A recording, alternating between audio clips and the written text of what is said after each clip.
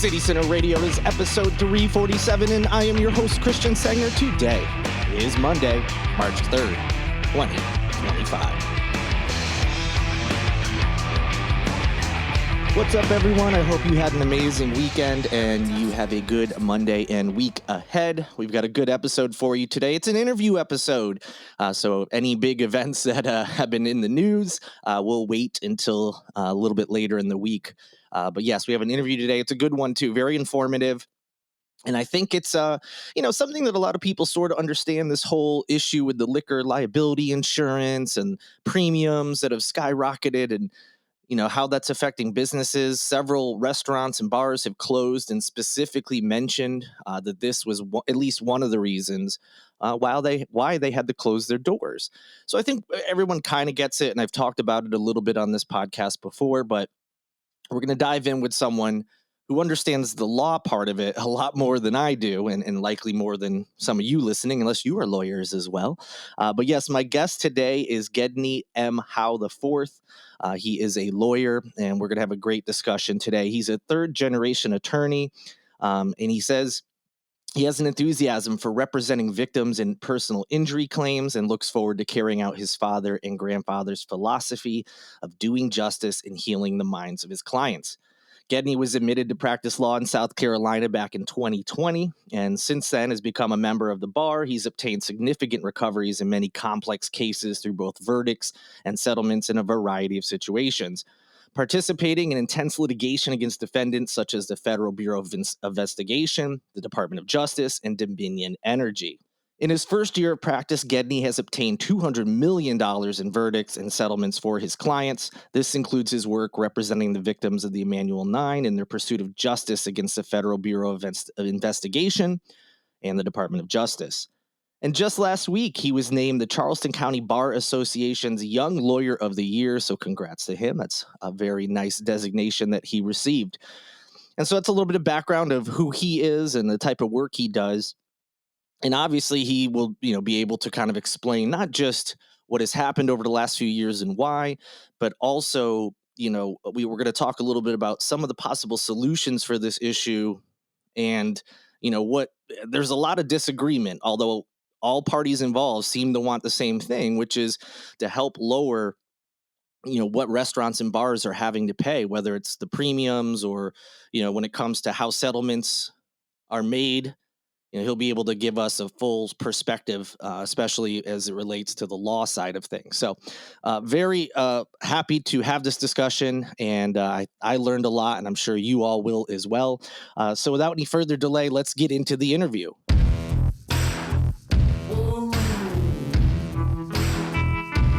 And as promised, we've got the guest interview today with Mr. Gedney Howe IV. How are you doing today, sir? I'm doing well, Christian. How you doing? I'm doing well. Thanks so much for joining me today. I'm excited to speak with you, and especially about this topic. I think there's a lot to learn. Before I ask you some questions and things, I want to kind of give what I would call like the layman's understanding of what's been happening with this liquor liability and insurance and how it's affecting businesses.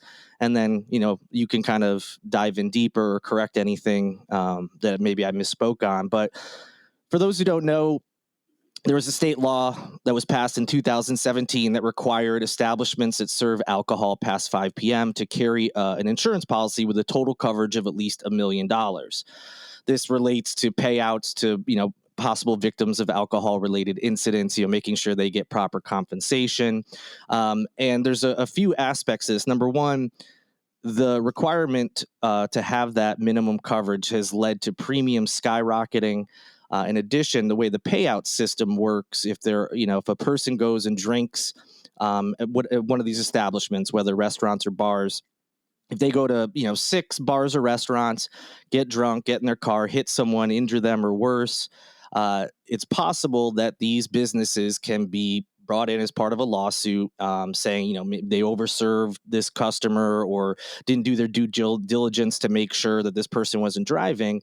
And then depending on if they are found liable, there would be some sort of payout, some sort of compensation for victims. But one of the caveats to that is a business that might be found to be say 1% liable, whatever, however you would calculate that, they would still, in theory, still have to pay all of the damages for the case, not just a percentage. Of course, that all depends on who settles, who doesn't, and if things move forward. But all of that has led to some businesses, at least in part, saying that's why they're having to close. Now, there are some proposals in different phases in the state house about the legislation about how to fix this. And it does seem everyone wants to fix it, but there are very big disagreements about the best way to do it. And that's kind of where we're at right now. Is that pretty much the gist of it? Anything you want to add to that or correct? That is the narrative, isn't it? We see it TV, newspaper, on the internet. You see that story all over the place, right? Mm-hmm. Bars are closing because they can't afford the insurance because of greedy plaintiffs' attorneys. Yeah, that's definitely what seems to be out there. That is the narrative, or at least, hey, this law maybe had some fallouts that we didn't expect because some insurance companies pulled out of the state, which we've seen, like in Florida too. Some have pulled out because of rising premiums for hurricane coverage, flooding coverage, and things. And so I think that also is helped drive up costs. So you said that's the narrative that's out there. Is there, not necessarily correcting that narrative, but is there a side that you don't think is getting the appropriate coverage? Yes. And I want to kind of make sure that as we go forward, what I'm talking about in my comments are really made to address a bill that's in the Senate. And it's a Mm-hmm. bill that's really the charge is being led by a senator from Edgefield, and it's Senate Bill S-244. That is the problematic bill. And I'm going to get to breaking down why that's problematic. But the first thing I want to talk to you about is this idea that insurance rates are going up because they're having to pay out claims. Mm-hmm. Do you remember last year reading that report from the Department of Insurance that said, for every $1 in premiums they receive, they got to pay like $1.80 in claims in South Carolina? Yes, I do vaguely remember seeing that. So I want to talk to you about that statement, right? And this is something that this is a drum that I beat on that not a lot of other people are addressing. And I think the reason it's important to me and the reason that I see it and maybe other people don't is my practice of law involves going toe to toe with the insurance companies a lot on Mm-hmm. behalf of business owners, policyholders, whatever. It is not necessarily just personal injury. We are fighting insurance companies, and so we see things that other people don't. And so, what I want to make sure, what I want to talk to you about, and make sure that the people out there understand before we dive into the bill piece by piece, is how an insurance company makes money. Mm-hmm. Right? How would you guess they do it? Uh, I would imagine, the majority of their profits would just come from, whatever the premium is, the monthly, however you do it. That is, the probably the most consistent way that they make money, at least. So the idea being that your premiums are more than your payouts, right? Yes. Yes. That is not it. Interesting. So Okay. insurance companies, and this goes way back, and if you can look all over the internet, the man who invented this concept of what we call the float is Warren Buffett himself, right? The insurance companies, they make money off the float. And the way the float works is this: they do take in the premiums up front. Warren Buffett is quoted in one of his famous yearly letters saying, the business model of money up front, payments later, it works. But let me tell you what the float is. When they take in your payment, your premium, they take in your premiums off your auto policy. They take in, rec rooms policy off their Mm-hmm. liquor liability. They take in a doctor at MUSC's premium off his disability policy. All of that money comes in, and it turns into billions of dollars. Mm-hmm. And they don't put that in their corporate bank account. They put it in the float. And the float is their own personal private hedge fund. Mm. Insurance companies make money off of investing your premiums, and they make Okay. tremendous returns. they're just borrowing your money. Mm-hmm. And I'm trying to pull up. I had it yesterday. Every year, Berkshire Hathaway, Warren Buffett writes a letter to all the investors. Mm-hmm. And for the year 2024, Berkshire Hathaway's line item income from the float was $13,670,000 Mm-hmm. insurance investment income, Wow. right? That's where they make their money. It is not so when they tell you we're losing money because we're paying $1.80 for every Mm-hmm. dollar in premiums we collect, it's just not true. First of all, the first premise that they're losing money is insane. You got Yeah, to be right. almost brain dead to lose money in the insurance industry. Yeah, exactly. The second is that they make their money off the premiums. They don't. They're just taking a loan from you and investing it, and they crush it. The insurance companies have had AI for claims adjusting and who knows what else since before anybody knew what it was. But that is what I want you and everybody else to understand as we move forward is the longer they have your premium, the more money they make. When they receive notice of a claim, whether it be liquor, disability, car accident, house fire, they have to do an evaluation and they set a reserve. The money for that reserve is pulled out of the float. So their goal first is to delay setting that reserve. Second, to set that reserve as low as possible. And then the reserve is inevitably going to have to be raised. So the third is let's push out having to raise the reserve as long as we can, because the longer your money is in the market, is in the float, the more money they're making. And that's where they're making the money. It is not off your direct premiums. Mm. And I'm telling you that because everything in this S244 bill is Mm-hmm. all about hanging on to your money for longer, Yeah, or at this least the second part of it. no, that's fine. This S244 bill, like you mentioned, there's another one that's been proposed. This one is the one, like you said, that seems to be causing the most controversy. It involves something called tort reform, which I don't know too much about, but I know that when it comes to that, it can be an uphill battle for any kind of tort reform. Supporters argue that it would bring down the liquor liability rates by ensuring insurance companies will pay, only for the harm their client directly caused. But what's the other side of this bill? What else is there in this bill?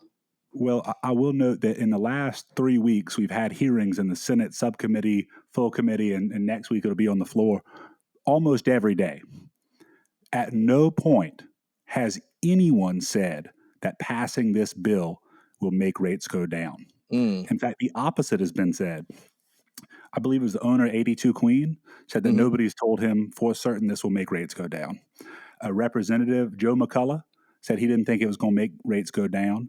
A representative from the Department of Insurance said, no, this isn't going to go down. And a representative from the Defense Attorneys Association said he didn't even know where that idea came from, and nobody had ever told him that was the purpose of the bill.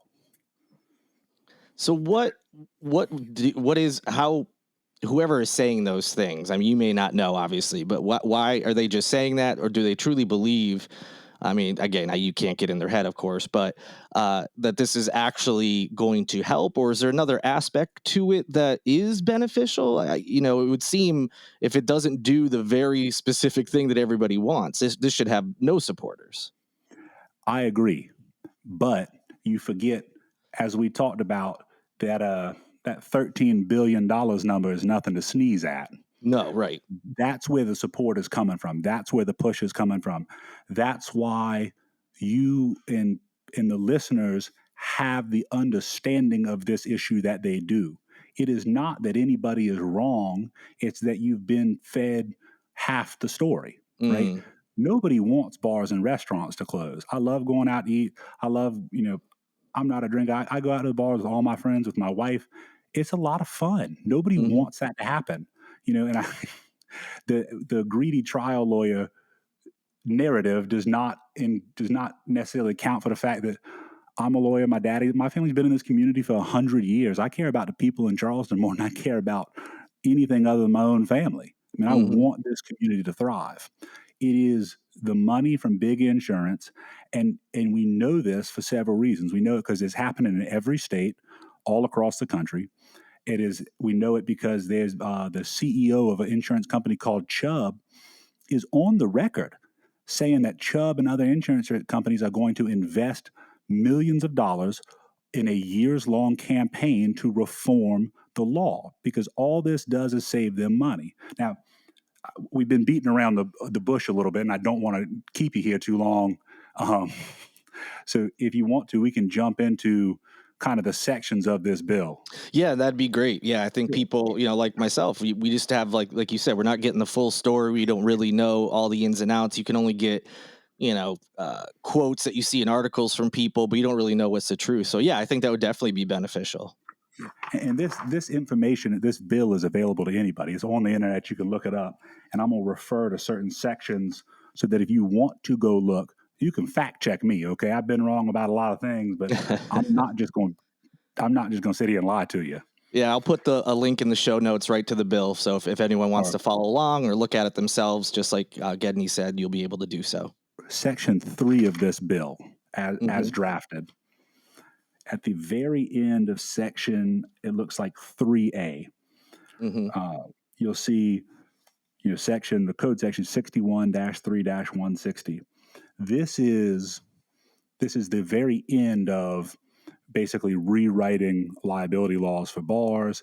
Their quote quote attempts to fix the 1% issue, which is the 1% issue is not is it's a misconstruing of fact that it just simply isn't true. But we're going to skip over that.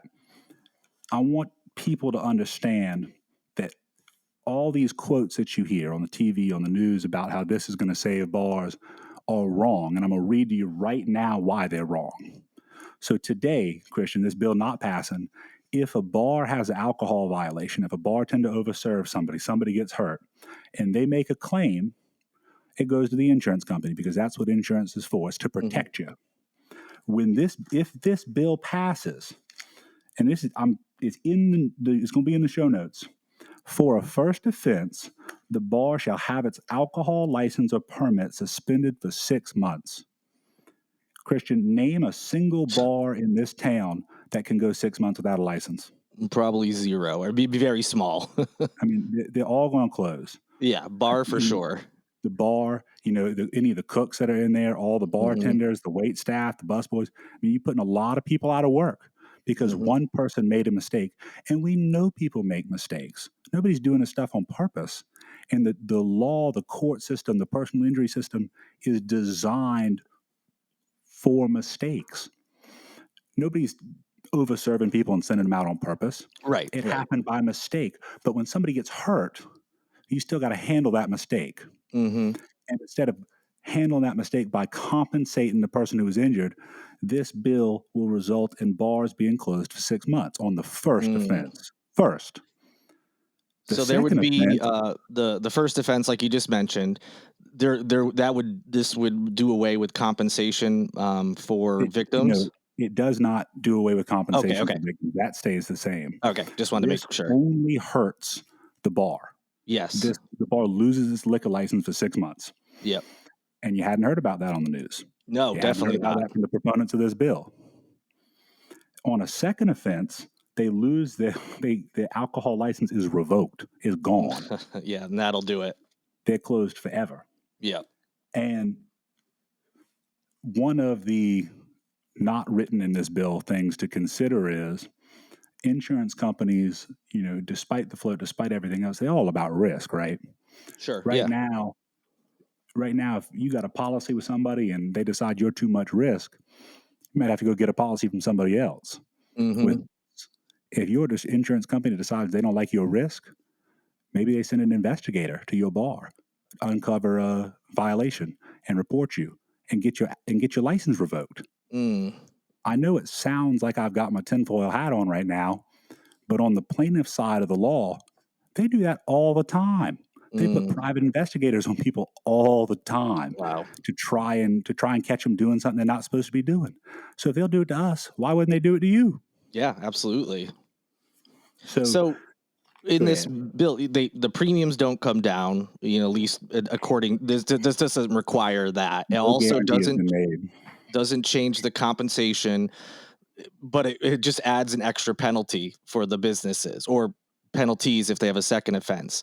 So Yeah, this won't do that's one anything part to of what lower this does. costs. Yes. Now, flipping a little deeper into the bill, we jump to Section 6. Hmm. In Section 6, right, again, is your understanding that this bill is about bars and liquor liability, right? Hmm. Hmm. Well, Section 6 says that if you have a house built and there's a building code violation, Hmm. but no physical material or material damage is caused, Hmm. then you can't sue your builder. Okay. So unless somebody's hurt, you Yes. just stuck with a house that has code violations. And why is Another this in another this bill? That's a really good question. It seems to Who have who would nothing to do with this. who would benefit from it? Right. Not Well, that's a me, good not point. you. Yeah. Another, as is discussed in the Senate, another unintended consequence of Section 6 is, as it reads right now, you would be required, even if you discovered a flaw in your house, if you discovered a problem with your foundation, Hmm. you'd be required to finish construction before you could bring a lawsuit. Wow. Even Shane Massey, who's the sponsor of this bill, admitted that when he was talking to John Hayes. They said, sure, we didn't intend to do that, but that's the result. Wow. And what does that do, Christian? It buys time. Yep. And like you said, so they could hold on to your premium or whatever to invest it, correct? That's the long game there. Yep. Wow. So we jump on to Sections 9 and Section 10. Section 9 and 10 are all about underinsured and uninsured motorist coverage. That's insurance. Insurance that protects you, right? In South Carolina, I know everybody who's listening is going, well, I have full coverage. Mm-hmm. Full coverage means you have $25,000 for any single person, $50,000 for everybody in the car, and $25,000 in property damage. That is the minimum. It's not full, but that's what they tell you. Mm-hmm. Mm-hmm. In addition to that, the law requires them to sell you uninsured motorist coverage. That protects you when somebody with no insurance coverage hits you, or if you're Right. involved in a hit and run. It does nothing but benefit the people of South Carolina. Mm-hmm. In addition, the law requires that they make a meaningful offer for underinsured motorist coverage, which means if somebody with quote, quote, full coverage hits you and you're hurt real bad, they have to offer you additional coverage that would protect you in that event. Right. Right. Okay. That's like you and me sitting here talking. That is something you are buying from them. You have a contract with them to protect you. That's its purpose. These sections propose that and UIM providers should not have to consider or pay value for punitive damages in a claim. Now, punitive damages have been misconstrued in the media. Punitive damages are to punish, but they are also to send a message to the community. That's the second half that, again, they don't tell you, right? Even if it's a hit and run case, sure, you're not punishing the guy who's gone, or it's UIM, and why should they pay for the other guy's bad behavior? Right. But it sends a message to the community that we're not going to tolerate this. And it compensates the people of South Carolina. Now, this will dramatically affect people who are hurt by drunk drivers, people who are hurt by street racing, driving down the wrong way down a street, vehicles with bad equipment, truck drivers who are on drugs or have bad equipment, bad brakes. It inhibits the rights of anybody injured in a car accident in South Carolina. So just like the other parts, Christian, if it doesn't help us, who does it help? Exactly. It's going to be the insurance companies. It's going to be everybody but the residents, basically. That's right. That's crazy hearing that. You hear, and I know things get plugged into bills all the time that seem unrelated. So I'm guessing they're trying to tie this in because it has to do with insurance. And if you're going to change insurance, whether they're, oh, hey, we also have to consider this, or if they're just trying to, hey, since we're talking about insurance stuff, let's throw in these things as well. I know those things happen, but this this seems ridiculous. That this doesn't help anybody. Putting aside the fact this extra stuff, even the original, like you said, doesn't seem to be helping the cause at all. That's certainly my reading of it. In this bill, the form that we're reading it through, it has not gone through amendments yet. That's next week. So in terms of plugging stuff in, cutting stuff out, that hadn't really occurred yet. This is how it was brought to the floor by its supporters. Wow. Now we jump on to, and this part really rubs me the wrong way. Sections 11 and 12 talk about medical malpractice. Now, in medical malpractice, and people might disagree with me, they're very hard cases. There's a higher standard of proof. There are caps on the damages. South Carolina does a very good job of protecting its doctors. This section of the bill does not protect good doctors. There are some ways. So in South Carolina, recovery in medical malpractice is capped. There are some ways to break those caps. So it doesn't matter if you're killed, maimed, whatever. You're subject to a cap on your damages. You can't recover more than X dollars. The law, as it's written today, includes exceptions to that because the people who wrote the law wanted to make sure that in certain circumstances, we understood we didn't want to protect those people. We didn't want to protect the doctors. If they're bad doctors, we don't want to protect them. Wear them out. One of the ways that you go over the caps is by multiple occurrences, right? More than one act of negligence. So instead of, imagine 3 car wrecks in a row, right? Yeah. Instead of 1 cap, there's 3. They want to redefine occurrences really with the sole purpose of trying to make it impossible to achieve. And that's section 11. But more importantly, section 12. As the law is written now, if a doctor is grossly negligent, if they do something that's way over the line, not breach the standard of care, if they're, drunk in surgery, et cetera, you can break the cap straight up.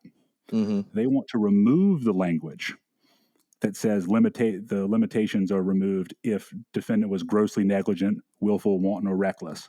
They want to get rid of that. They want to strike it out. And while they're striking that out, they want to add in language furthermore, they want to strike out that doctors who are willful, wanton, and reckless aren't subject to the cap. They also want to strike out that doctors who destroy and manipulate medical records to conceal malpractice are not subject to the cap. Right now, if you catch a doctor destroying or altering your medical records to hide they screwed up, you can wear them out. Of course, tear them up. as you should. And that's what we want. Yeah. So, but they want to get rid of that. They want to protect doctors who hurt people in South Carolina and then try to cover it up. Yeah, that makes 0 sense. And then jump into the last section, and this is the part that a lot of my practice revolves around. And there are parts of this that there are some bad actors in the legal community who push too hard, who overreach. I'm not protecting all the lawyers. There's lawyers that I don't like. There's lawyers that I don't agree with, and frankly, the lawyers ought to get together and do something about it.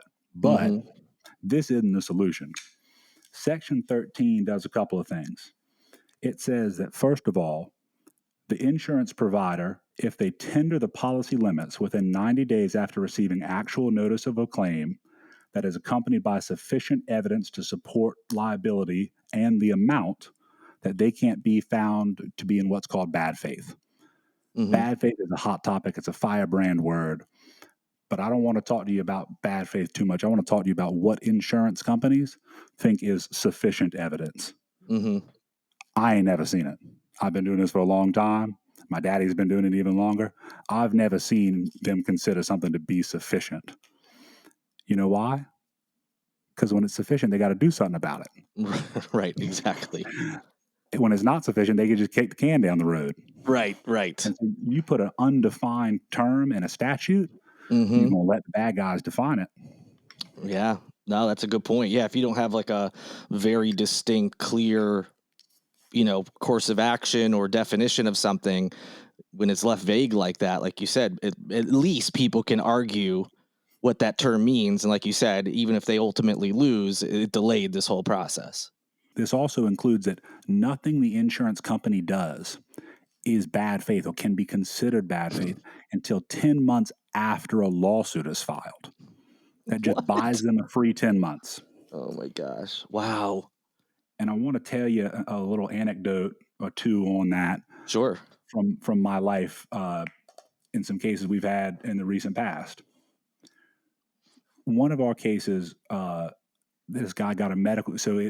There's two cases that were disability policies, right? So somebody who's making a bunch of money, a top earner, a doctor, a lawyer, whoever, that you can buy insurance for yourself that if something happens to you, they pay you every month. There's a high premium, they're real expensive, but it Hmm. protects your income and protects your family at a time when you are uniquely vulnerable.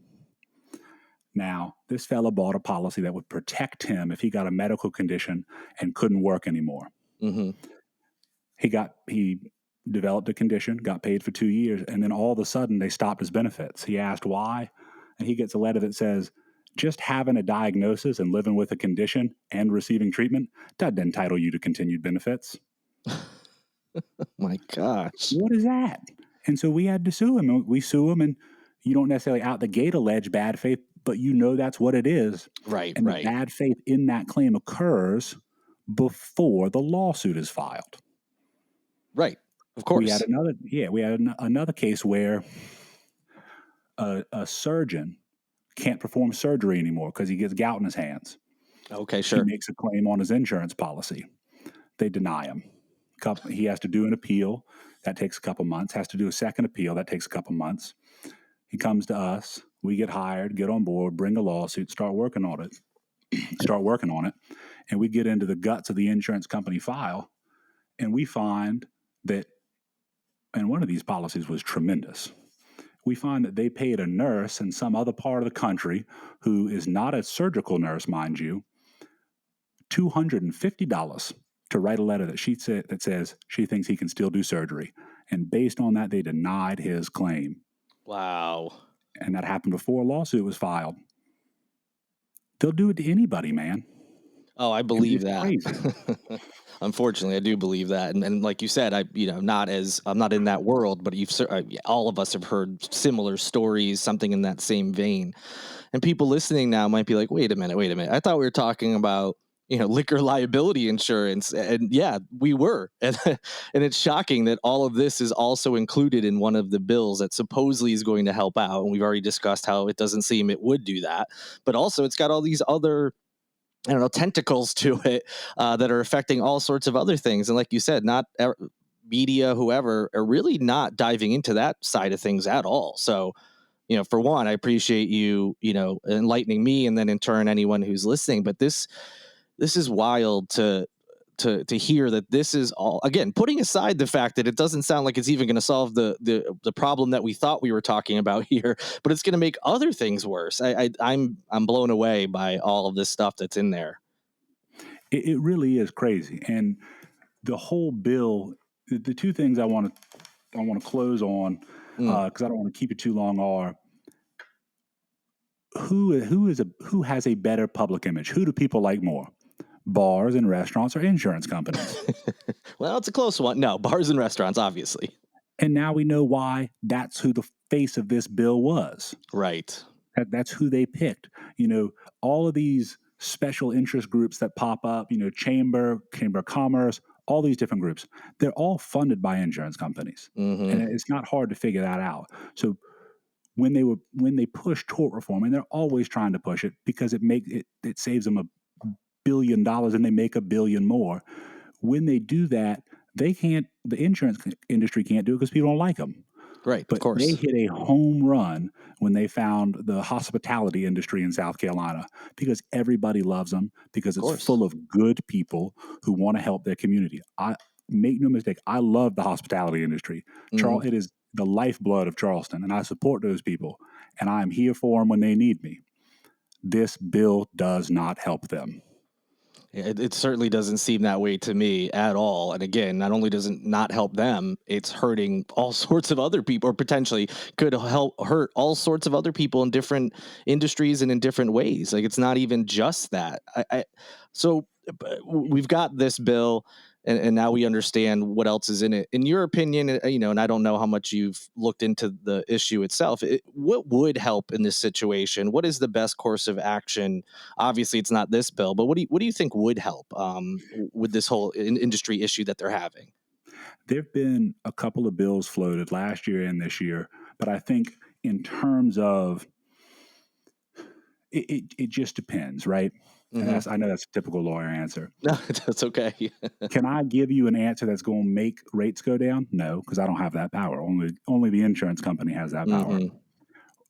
The answer to the issue that I see with liquor liability and the concerns that people voice to liquor liability are, if we just add some simple language, right? Serving somebody who's obviously intoxicated, there's very small tweaks that the people pushing against 244 that we're willing to make, right? We represent people. I don't want to hurt the people of South Carolina. There's tweaks that have been suggested. Very simple language can be added into there that protects, it fixes this. The 1% is imaginary, but it would help those people sleep better at night, knowing that if I don't serve somebody who's obviously intoxicated, I'm going to be okay. Yeah, right. Now, the other thing, the answer to the question that the bars have, the fear that they have is have their senator, right? Charleston, I think Ed Sutton has more bars than any other senator. If you're in Charleston and you're a bar, he's probably your guy. The first piece of advice I give you is you call Ed Sutton, and you call him soon, because this thing might go to a vote next week, and you tell him, I don't want a bill that's going to close me down for some bartender making a mistake. Mm. And if y'all don't call him, I think he's going to vote yes on this thing. Okay, yeah, definitely people should reach out. Just based on what we've heard, this does not sound like it's going to be helpful at all. It's not. And that is the first step is beating this thing, and then asking Ed to work with the lawyers who sue bars and work with the lawyers who represent bars. How do we come up with one bill that protects us, right? Bar owners, they're not worried about all this other stuff. How do you protect us? Hey, you all, Senator, do something for us. Well, I certainly appreciate you breaking this down. I learned so much, and it's invaluable to have that knowledge. Then it can then help the rest of the public who's listening to this understand what's going on and be moved maybe to act, like you said, contacting whoever is appropriate for them to do so. Is there anything else that regarding this issue that you haven't mentioned, or haven't asked to prompt it, that you want to get out there? And then regardless if there's something else you want to, any last words on that, if there's anything you want to plug, whether it's, website, or if people want to contact you or whatever, any kind of like last words or kind of a roundup, anything like that. I want to leave everybody with a parting message, and that is, lawyers are not always your enemy. We're easy to pick on, we're fun to pick on. But as far as this bill goes, don't let yourself be used.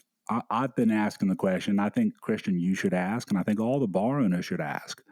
As we've discussed, this bill S244, it is clearly not for us. It's not for bar owners. It's not for doctors. It's not for anybody in South Carolina. So I think we need to ask the people who are supporting it and the people who drafted it, if it's not for us, your constituents, who's it for? I think we should demand an answer. Very good point. I so appreciate your time today. It was a pleasure to talk to you, and I'm sure, as this moves forward, I'm sure we'll talk again and everything on this topic. But thank you so much for joining me, Gedney. It was such a pleasure. I learned a lot, and hopefully others did as well. Yes, sir. Thank you. And that'll do it for this edition of Holy City Center Radio. Thank you so much for listening. Have a great rest of your week. Thank you to Gedney for joining me today. I greatly appreciate it. Thank you to Lindsay Marie Collins with LMC Soundsystem for producing this and every episode of Holy City Center Radio.